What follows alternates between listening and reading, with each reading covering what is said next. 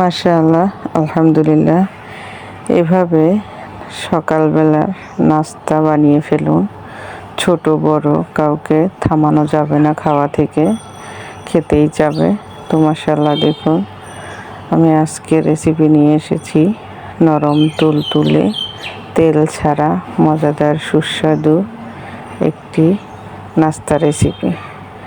আর এটা যে খাবে সেই বারবার খেতে যাবে। দয়া করে আপনারা প্লিজ ভিডিওটি শেষ পর্যন্ত দেখবেন, না টেনে দেখলে ভালোভাবে বুঝতে পারবেন। আসসালামু আলাইকুম আমার প্রিয় ভাই ও বোনেরা, দেশ ও দেশের বাইরে যে যেখানেই আছেন সবাইকে জানাই আন্তরিক শুভেচ্ছা ও সালাম। আশা করি সবাই ভালো আছেন। আল্লাহর রহমতে আমিও খুব ভালো আছি। আমার আপু ভাইয়েরা, আমার ভিডিওটি দেখার শুরুতে একটি লাইক দিয়ে ভিডিওটি দেখবেন। ভিডিওর কোনো একটু অংশ যদি ভালো লেগে থাকে অবশ্যই আমার চ্যানেলটিকে সাবস্ক্রাইব করবেন, লাইক কমেন্ট শেয়ার করবেন, পাশে থাকা বেল আইকনটি বাজিয়ে দিবেন। আর এভাবে আমি রেসিপিটি বানিয়েছি। দেখুন, প্রথমে আমি দেখাচ্ছি সকালবেলা একদম ভোরে আমি হাঁটতে বের হয়েছিলাম। হেঁটে চলে আসলাম। আসার পরে আমি গরম পানি দিয়ে লেবু দিয়ে খাই, সেটাকে কেটে আমি নিয়ে নিলাম। পানিটা কুসুম কুসুম গরম পানি হবে, যেন আপনি খেতে পারেন। তো দেখুন, আমি একটা লেবু পুরোটাই চিপে দেব। লেবুটাকে এভাবে চিপে দিচ্ছি। চিপে দিয়ে আমি এটাকে খেয়ে ফেলবো। আর আমরা যারা বাসায় থাকি, হাঁটাহাঁটি করা হয় না, যার কারণে শরীরটা একদমই সুস্থ থাকে না। তো আমি আজকে বের হয়েছিলাম একটু হাঁটতে। অবশ্য ভালো লাগে সকালবেলা হাঁটতে। রাস্তাঘাট খুব পরিষ্কার থাকে এবং নীরব থাকে। তো মাশাআল্লাহ, দেখুন আমি গরম পানির সাথে লেবুটি মিক্স করে নিয়েছি। এখন আমি এটাকে খেয়ে ফেলবো। আমার খাওয়া হয়ে গেছে, এখন নাস্তা রেডির পালা। তো আমি একটি বল নিয়েছি।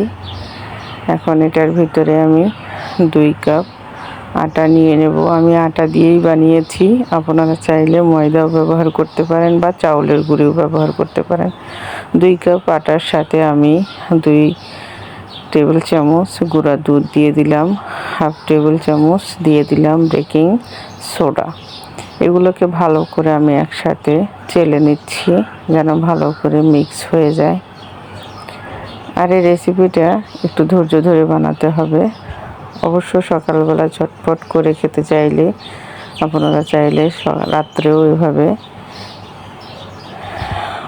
রেডি করে রাখতে পারেন, সকালে তাড়াতাড়ি হবে।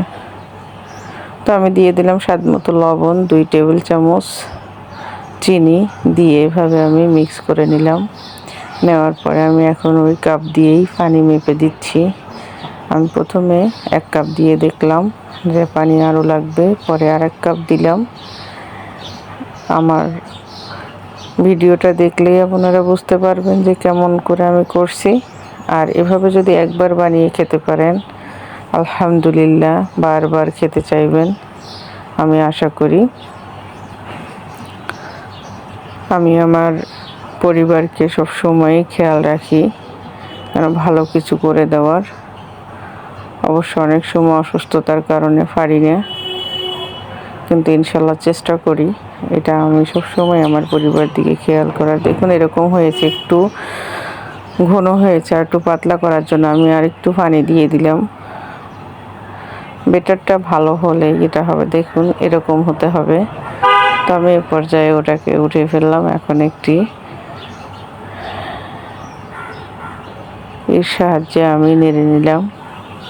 দেখুন মাশাআল্লাহ এরকম হয়েছে।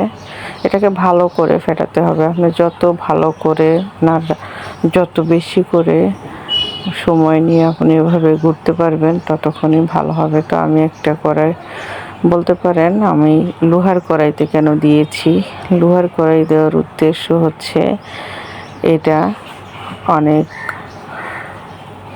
গরম থাকবে। আর আমি একদমই লো পাওয়ারে জালটা দেব। তো আমি এভাবে দিয়ে দিলাম। আমি মাঝখানে এভাবে দিয়েছি, দিয়ে একটু ঢেকে দিলাম। কিছুক্ষণ সময় পরে আমি দেখলাম যে না, মাঝখানে কাঁচা আছে, তো আমি আরেকটু ঢেকে দিয়েছিলাম। তো মাশাআল্লাহ দেখুন কত সুন্দর হয়ে উঠে পড়েছে।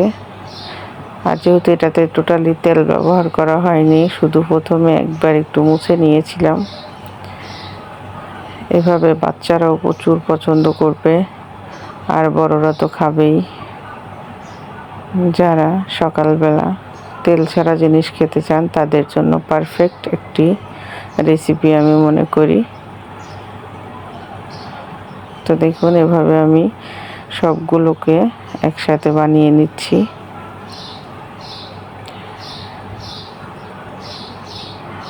আর এপাশ ওপাশ দুই পাশেই সুন্দর হয়, পুড়ে যায় নাই, আমি সেটা দেখেছি। দেখুন অনেক সময় আমরা চাউলের গুঁড়া দিয়ে চিতা পিঠা খেতে চাই না, আসলে এটাও অনেক মজা। আমার পিঠাগুলো বানানো হয়ে গেছে, আর সকালবেলা আমি মনে করি এর চেয়ে ভালো নাস্তা আর হয় না।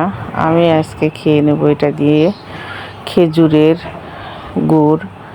এটা অরিজিনাল খেজুরের গুড়। দেখুন কতটা নরম, কতটা সফট, এপাশ ওপাশ দুই পাশই কত সুন্দরভাবে হয়েছে। না খেলে বুঝতে পারবেন না আপনারা যে কতটা মজা হয়েছে। অবশ্যই বাসায় ট্রাই করে দেখবেন এভাবে।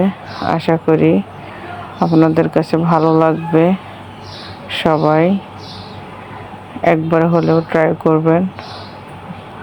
আমি অবাক হয়ে গিয়েছি যে তেল ছাড়াও এত সুন্দর মজার একটি রেসিপি তৈরি করা যায়। সকালবেলার নাস্তা বলেন বা বিকালে চায়ের সাথে যখনই হোক না কেন। তো দেখুন দুইটা পাশই কত সুন্দর হয়েছে।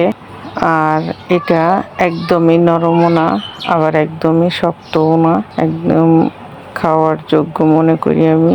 তো দেখুন মাশাআল্লাহ। প্রিয় ভাই ও বোনেরা, যে যেখানেই থাকবেন ভালো থাকবেন, সুস্থ থাকবেন এই কামনা করি। আল্লাহ হাফেজ।